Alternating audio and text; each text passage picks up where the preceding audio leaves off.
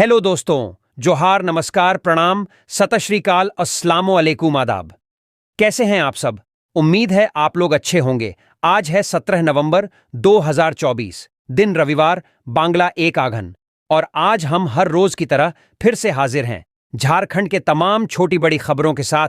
इससे पहले अभी तक आपने B2B news Jharkhand news channel को सब्सक्राइब नहीं किया है तो सब्सक्राइब कर दीजिए, ताकि झारखंड में होने वाली तमाम छोटी बड़ी खबरों से खुद को अपडेट रहें और जानकारी से अवगत हो सकें।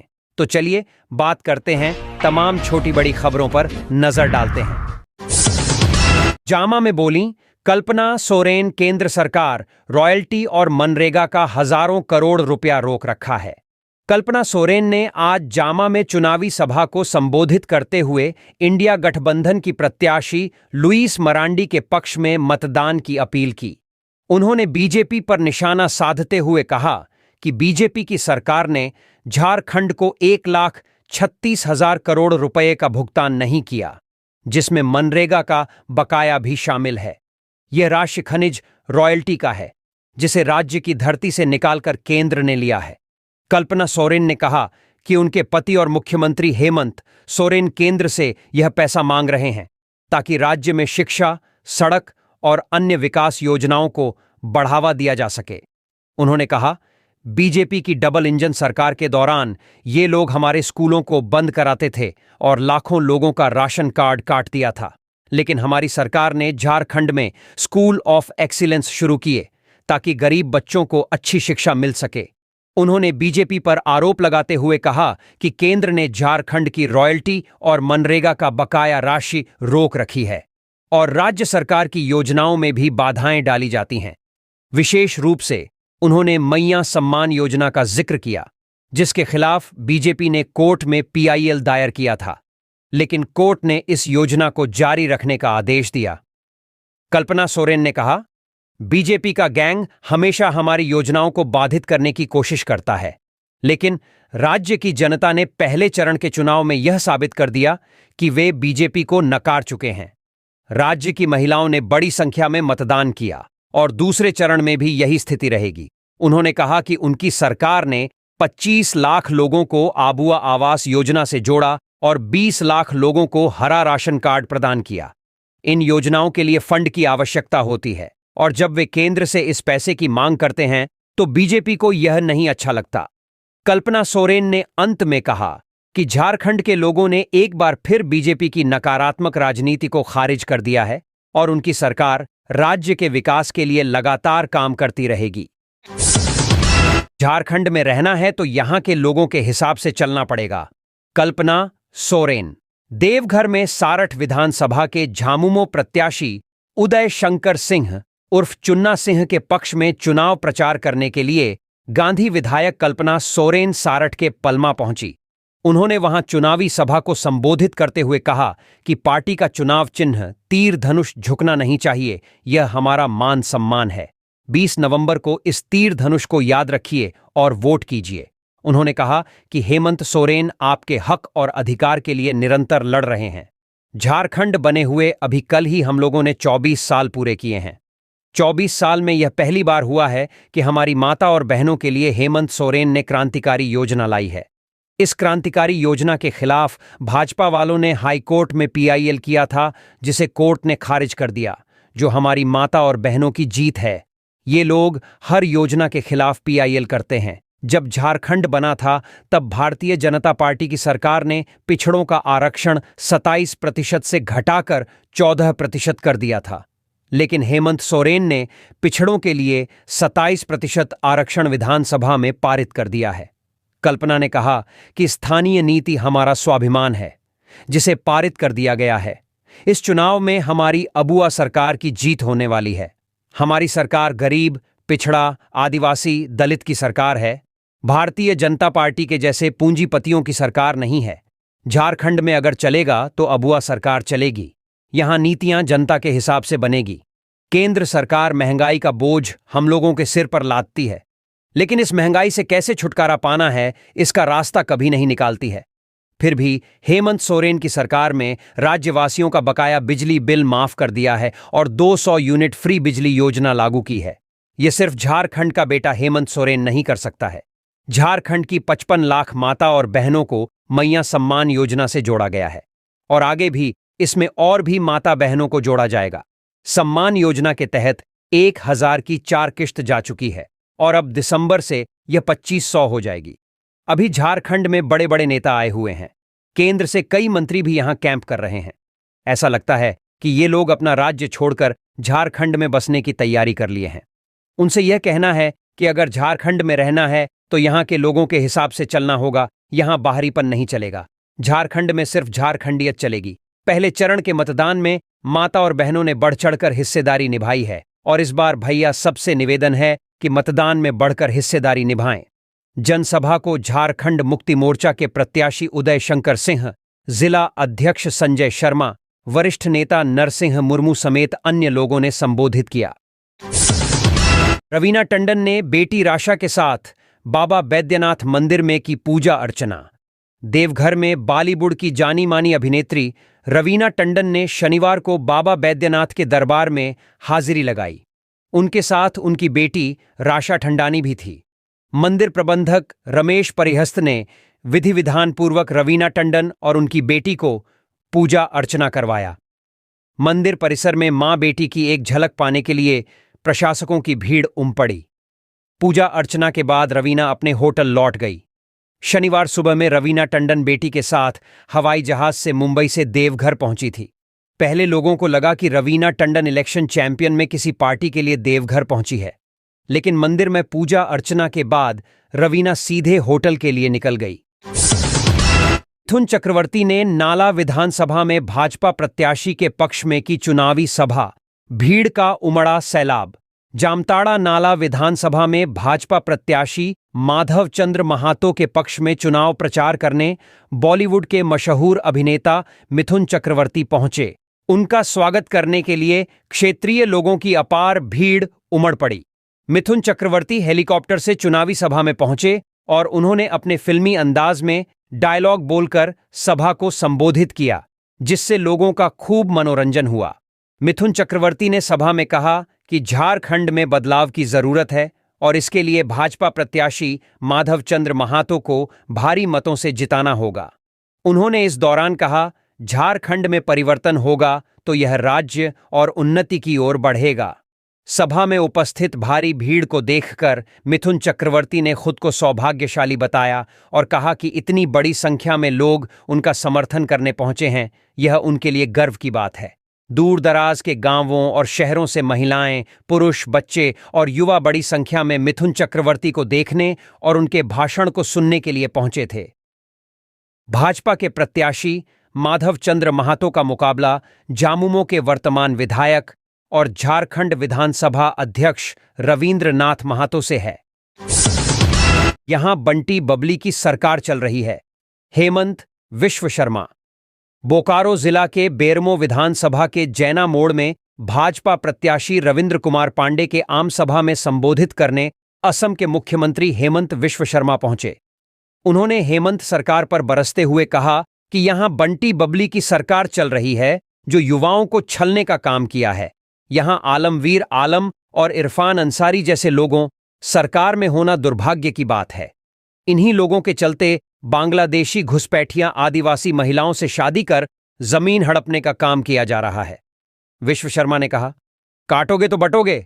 वही आलमगीर आलम एवं इरफान अंसारी पर जमकर बरसे। जयराम के सवाल पर कहा कि वह फैक्टर है, कुछ वोट काटेगा जिससे लोग अपनी समझ से भाजपा को वोट करें। रांची सदर अस्पताल में लिम्बर्ग फ्लैप से पाइलोनिडल साइंस की पहली सर्जरी। रांची सदर अस्पताल के सर्जरी विभाग की टीम ने हाल ही में पाइलोनिडल साइंस की सर्जरी एक नई विधि से की, जिसे लिम्बर्ग फ्लैप कहा जाता है।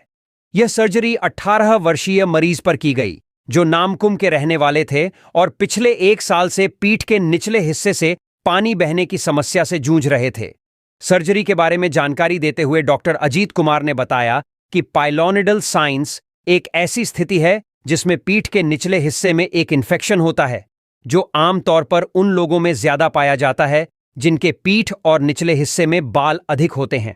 यह बीमारी विशेष रूप से उन लोगों को होती है जो लंबे समय तक एक ही पोजीशन में बैठे रहते हैं, जैसे विद्यार्थी, ड्राइवर और टेलर आदि। उन्होंने बताया कि इस बीमारी के इलाज की कई विधियां हैं, लेकिन लिम्बर्ग फ्लैप सर्जरी सबसे प्रभावी मानी जाती है। इस विधि में खराब भाग को काटकर हटा दिया जाता है और उसके स्थान पर पास के स्वस्थ चमड़े को लगाया जाता है, जिससे दोबारा इन्फेक्शन होने का खतरा कम होता है। अन्य सर्जरी विधियों में इस बीमारी के दोबारा होने का जोखिम अधिक रहता है। इस सर्जरी में डॉक्टर अजीत कुमार के साथ एनेस्थेटिस्ट डॉक्टर विकास बल्लभ, सिस्टर नेली, ओटी असिस्टेंट सुशील और मोहित सिन्हा सहित सर्जिकल टीम मौजूद थी। आपकी डिग्री केवल एक प्रमाण पत्र नहीं है, बल्कि यह संकल्प का प्रतीक है। झारखंड के राज्यपाल संतोष कुमार गंगवार ने शनिवार को बीआईटी मेसरा के 34वें दीक्षांत समारोह में मुख्य अतिथि के रूप में छात्रों को संबोधित किया। उन्होंने कहा कि शिक्षा का उद्देश्य केवल किताबी ज्ञान नहीं, बल्कि समाज के लिए उपयोगी बनाना है। गंगवार ने छात्रों को आत्मनिर्भरता, समर्पण और अनुशासन की यात्रा को सफलतापूर्वक पूरा करने पर बधाई दी और कहा कि दीक्षांत समारोह उनके जीवन की नई शुरुआत है। राज्यपाल ने यह भी कहा कि बीआईटी मेसरा ने छात्रों को ऐसे भविष्य के लिए तैयार किया है जो उन्हें जीवन की चुनौतियों का सामना करने और समाज के उत्थान में योगदान देने की शक्ति देगा। उन्होंने झारखंड राज्य के विकास में युवाओं की महत्वपूर्ण भूमिका को रेखांकित किया और बीआईटी मेसरा को एक प्रतिष्ठित संस्थान के रूप में सराहा। बता दें कि समारोह में 2715 छात्रों को डिग्री प्रदान की गई, जिसमें 1824 यूजी, 636 पीजी, 152 डिप्लोमा और 103 पीएचडी डिग्रियां शामिल थीं। इस अवसर पर गोल्ड मेडल विजेताओं को भी सम्मानित किया गया। समारोह में भारतीय अंतरिक्ष वैज्ञानिक डॉ. बैराना नागप्पा सुरेश, बीआईटी मेसरा के कुलपति इंद्रनील मन्ना और अन्य प्रमुख हस्तियां मौजूद थीं। सपा प्रत्याशी अकिल अख्तर ने चलाया डोर टू डोर जनसंपर्क अभियान, विकास के किए वादे। पाकुड़ विधानसभा क्षेत्र से समाजवादी पार्टी सपा के प्रत्याशी अकिल अख्तर साइकिल छाप ने शनिवार को शहर में डोर टू डोर जनसंपर्क अभियान चलाया। उन्होंने पैदल यात्रा करते हुए हाटपड़ा चौक, बिरसा चौक, ग्वालापाड़ा, मधपाड़ा, तातीपाड़ा क्षेत्रों में घर घर जाकर मतदाताओं से समर्थन मांगा। इस दौरान उन्होंने जनता से अपील की कि आगामी 20 नवंबर को साइकिल छाप चिन्ह पर बटन दबाकर भारी मतों से सपा को विजयी बनाएं। अकिल अख्तर ने अपने चुनावी वादों का जिक्र करते हुए कहा कि उनका उद्देश्य पाकुड़ क्षेत्र में बेहतर स्वास्थ्य, शिक्षा, रोजगार, 24 घंटे बिजली, कृषि सुधार और दिल्ली से पाकुड़ तक ठहराव रेल सुविधा को बेहतर बनाना है।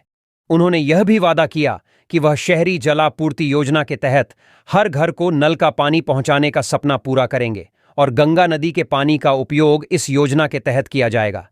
इसके साथ ही उन्होंने यह भी कहा कि उनकी सरकार बनने पर महिलाओं के लिए खास योजनाएं बनाई जाएंगी, जिनमें विशेषकर 3 महीने के भीतर गृहिणियों के बैंक खातों में राशि भेजने की योजना शामिल होगी।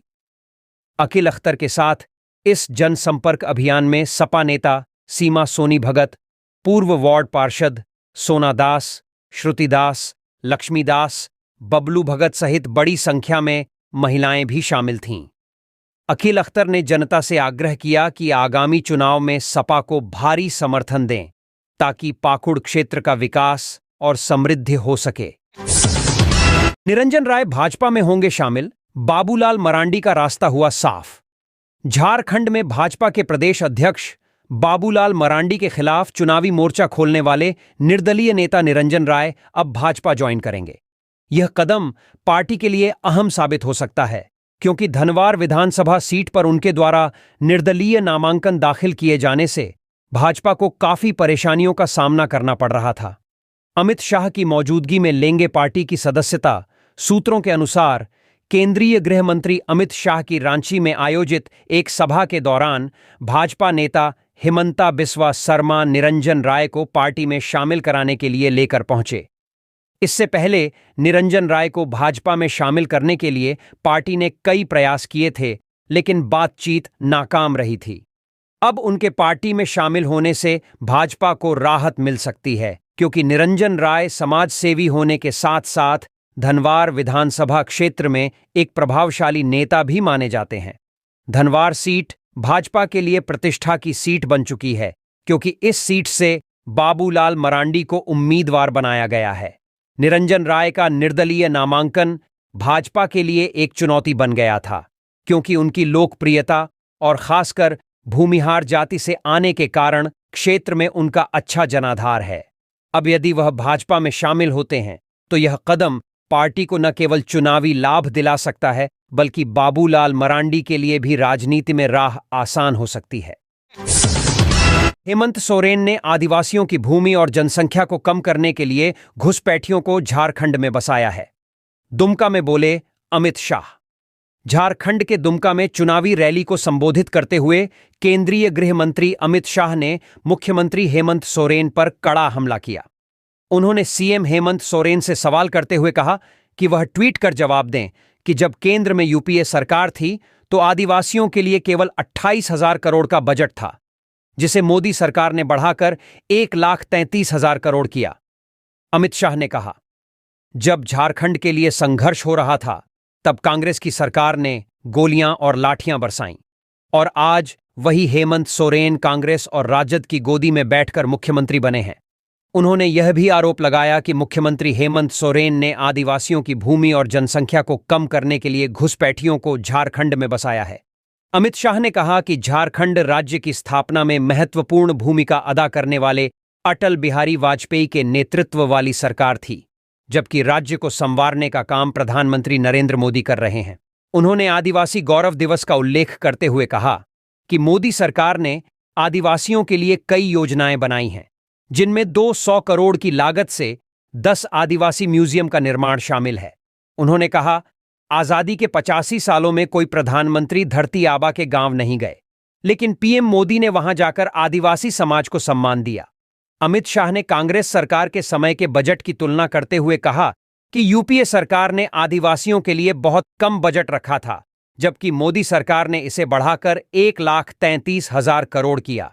उन्होंने सीएम हेमंत सोरेन से चुनौती दी कि वह ट्वीट करके जवाब दें कि यूपीए सरकार ने आदिवासियों के लिए क्या किया।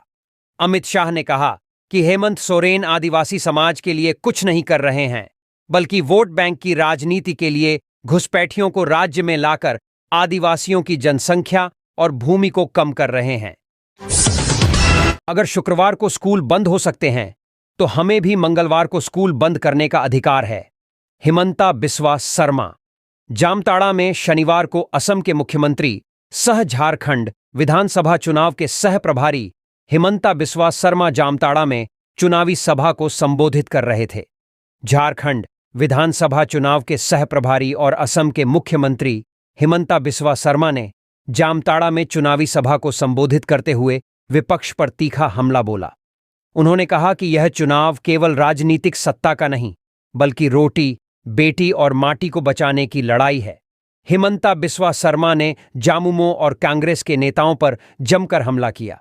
उन्होंने आरोप लगाया कि इरफान अंसारी और आलमगीर आलम समाज को बांटकर चुनाव जीतते हैं। उन्होंने कहा, ये लोग हमारे समाज को बांटकर राज्य करते हैं। अगर हमारा समाज एकजुट हो जाए तो इनकी राजनीति खत्म हो जाएगी। उन्होंने इरफान अंसारी पर व्यक्तिगत हमले करते हुए कहा कि वह सीता सोरेन के खिलाफ अपमानजनक बयान देते हैं, लेकिन मुख्यमंत्री हेमंत सोरेन चुप रहते हैं। उन्होंने कहा कि अगर समाज एकजुट रहेगा तो किसी में इतनी हिम्मत नहीं कि रामनवमी का जुलूस रोका जा सके। सभा के दौरान हिमंता बिस्वा शर्मा ने भावुक अपील करते हुए कहा कि जो लोग इरफान अंसारी को वोट देते हैं वे समाज को कमजोर कर रहे हैं।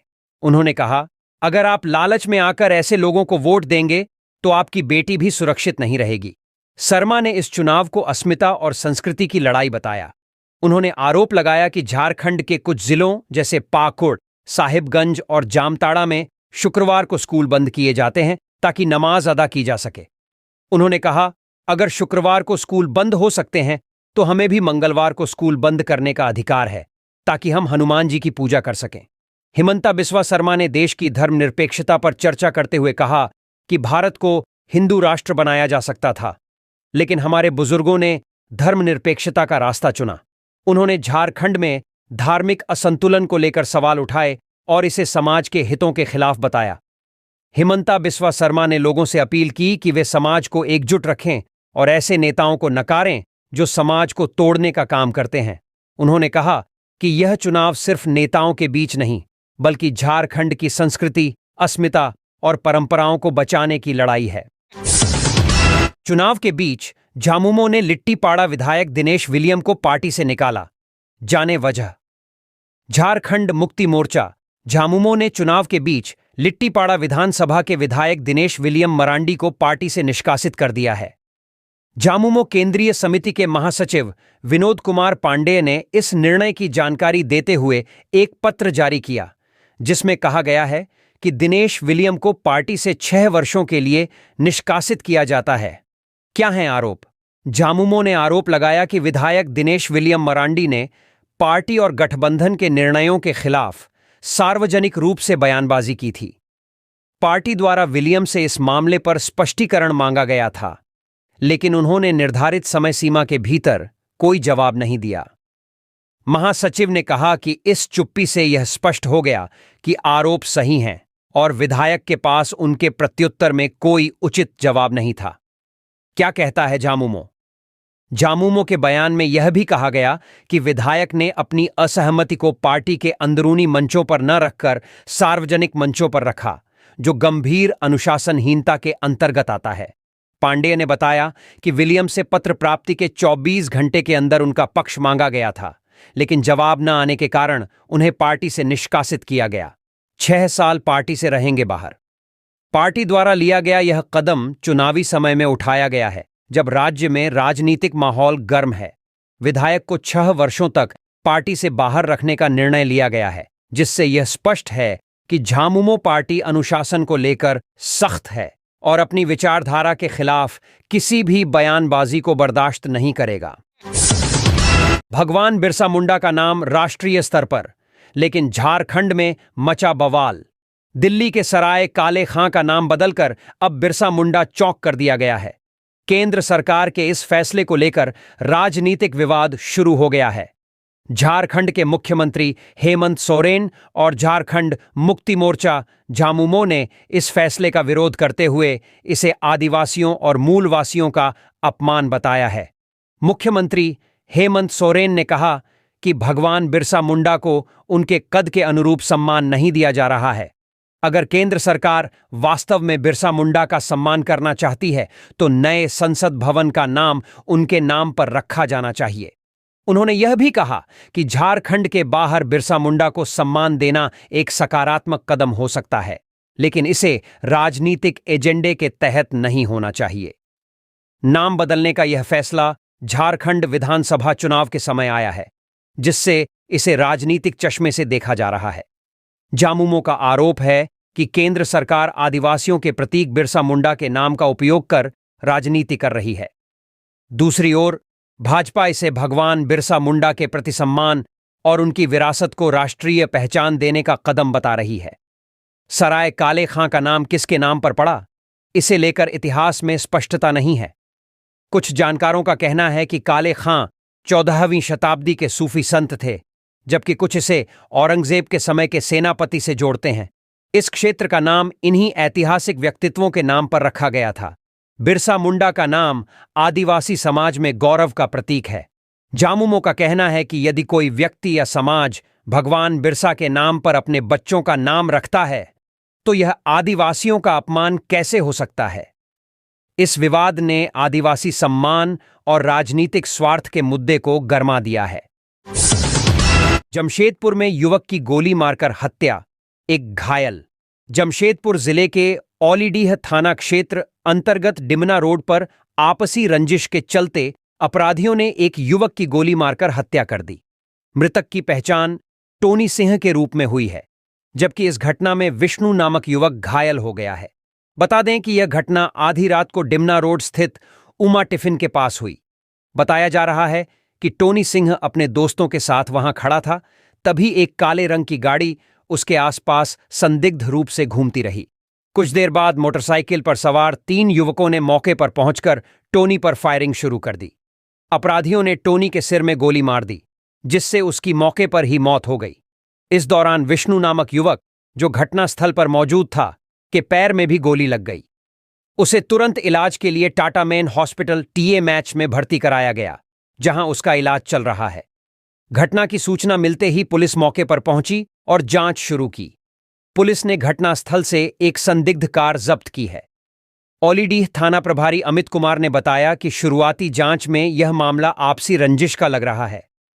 मृतक टोनी सिंह का आपराधिक इतिहास भी रहा है, जिससे यह घटना बदले की कार्रवाई प्रतीत होती है। पुलिस ने कुछ अहम सुराग जुटाए हैं और जल्द ही अपराधियों की गिरफ्तारी का दावा किया है। झारखंड में यहां पोस्टर चिपकाकर माओवादियों ने फैलाया दहशत, लोगों से वोट बहिष्कार का आह्वान। बोकारो जिले में भाकपा माओवादियों ने एक बार फिर अपनी उपस्थिति दर्ज कराई है। बीती शाम पेंक नारायणपुर और नावाडीहा थाना क्षेत्र के पल्लामू और सारूबेड़ा इलाकों में माओवादियों ने जगह जगह पोस्टर चिपकाकर लोगों से वोट बहिष्कार करने की अपील की। इस घटना के बाद से इलाके में दहशत का माहौल पैदा हो गया है और ग्रामीणों में भय का वातावरण व्याप्त है। पोस्टर में क्या लिखा? माओवादियों ने अपने पोस्टरों में चुनाव बहिष्कार की अपील की है। पहले पोस्टर में लिखा था, वोट क्यों जंगल, जंगल जमीन से बेदखल करने के लिए वोट का बहिष्कार करें। दूसरे पोस्टर में माओवादी नेताओं ने मजदूरों, किसानों और उत्पीड़ित वर्ग से एकजुट होकर चुनावों का बहिष्कार करने का आह्वान किया है। भाकपा माओवादियों ने NOTA, none of the above को भी वर्तमान संसदीय व्यवस्था का पर्दा बताया और लोगों से इसे भी नकारने की अपील की। एक अन्य पोस्टर में माओवादी समूह ने बीजेपी को किसान विरोधी करार देते हुए चुनाव में वोट देने से बचने की बात कही। इसमें लिखा था, किसान विरोधी कृषि कानून और मजदूर विरोधी श्रम कानून बनाने वाले फांसीवादी बीजेपी को पहचानो, वोट मांगने आए तो मार भगाओ और इस फर्जी विधानसभा चुनाव का बहिष्कार करें। क्या कहते हैं स्थानीय लोग? नावाडीह प्रखंड के ऊपर घाट इलाके के ग्रामीणों का कहना है कि शाम को बाइक पर सवार दो व्यक्ति उनके इलाके में आए और चुनाव बहिष्कार के पोस्टर जगह जगह चिपका गए। इस घटना के बाद ग्रामीणों के बीच डर और तनाव का माहौल है। यह पहला मामला नहीं है जब माओवादी चुनावों के खिलाफ इस तरह की अपील कर रहे हैं। इससे पहले पश्चिमी सिंहभूम के मनोहरपुर क्षेत्र में भी माओवादियों ने पहले चरण के मतदान के दिन पोस्टर चिपकाकर वोट बहिष्कार की अपील की थी। पुलिस ने इलाके में तेज की गश्त। इस घटना के बाद पुलिस ने इलाके में गश्त तेज कर दी है और माओवादियों की तलाश में अभियान शुरू कर दिया है। पुलिस अधिकारियों का कहना है कि माओवादी गुटों की गतिविधियों पर कड़ी नजर रखी जा रही है और उन तक पहुंचने के लिए सख्त कदम उठाए जाएंगे। बीआईटी मेसरा के पॉलिटेक्निक कॉलेज में भिड़े छात्रों के दो गुट, मारपीट में एक की मौत, शव के साथ थाना घेरा। रांची के बीआईटी मेसरा स्थित पॉलिटेक्निक कॉलेज में छात्रों के बीच मारपीट की घटना सामने आई है, जिसमें एक छात्र की इलाज के दौरान मौत हो गई। इस घटना के बाद मृतक छात्र के परिजनों ने कॉलेज पहुंचकर जमकर हंगामा किया और तोड़फोड़ की। परिजनों ने घटना में शामिल छात्रों की गिरफ्तारी की मांग करते हुए बीआईटीओपी थाने में प्रदर्शन किया। क्या है मामला? बताया जा रहा है कि पॉलिटेक्निक कॉलेज में छात्रों के दो गुटों के बीच किसी बात को लेकर विवाद हुआ, जिसके बाद मारपीट की घटना हुई। इस दौरान एक छात्र गंभीर रूप से घायल हो गया और उसे इलाज के लिए अस्पताल ले जाया गया, जहां उसकी मौत हो गई। मृतक छात्र का नाम फिलहाल सामने नहीं आया है, लेकिन परिजनों और समर्थकों ने घटना के बाद कॉलेज परिसर में तोड़फोड़ की और गिरफ्तारी की मांग करते हुए पुलिस से कार्रवाई की मांग की है। रैगिंग की बात आ रही सामन पुलिस ने मौके पर पहुंचकर मामले की जांच शुरू कर दी है। प्रारंभिक जांच में रैगिंग या किसी निजी विवाद की संभावना से इनकार नहीं किया गया है। पुलिस ने सभी पहलुओं पर ध्यान देते हुए जांच को आगे बढ़ाया है, जिसमें मारपीट की वजह, शामिल छात्रों की पहचान और घटना से जुड़े अन्य कारणों की तहकीकात की जा रही है। शव के साथ थाने का घेराव। मृतक छात्र के परिजनों ने कॉलेज परिसर में हंगामा किया और मृतक के शव के साथ बीआईटीओपी थाने का घेराव किया। परिजनों का आरोप है कि कॉलेज प्रशासन और पुलिस द्वारा उचित कार्रवाई नहीं की जा रही है, इसलिए वे न्याय की गुहार लगाने थाने पहुंचे हैं। इस घटना के बाद कॉलेज में सुरक्षा की स्थिति पर भी सवाल उठ रहे हैं। कॉलेज प्रशासन की चुप्पी। बीआईटी पॉलिटेक्निक कॉलेज प्रशासन ने फिलहाल इस घटना पर कोई आधिकारिक बयान जारी नहीं किया है।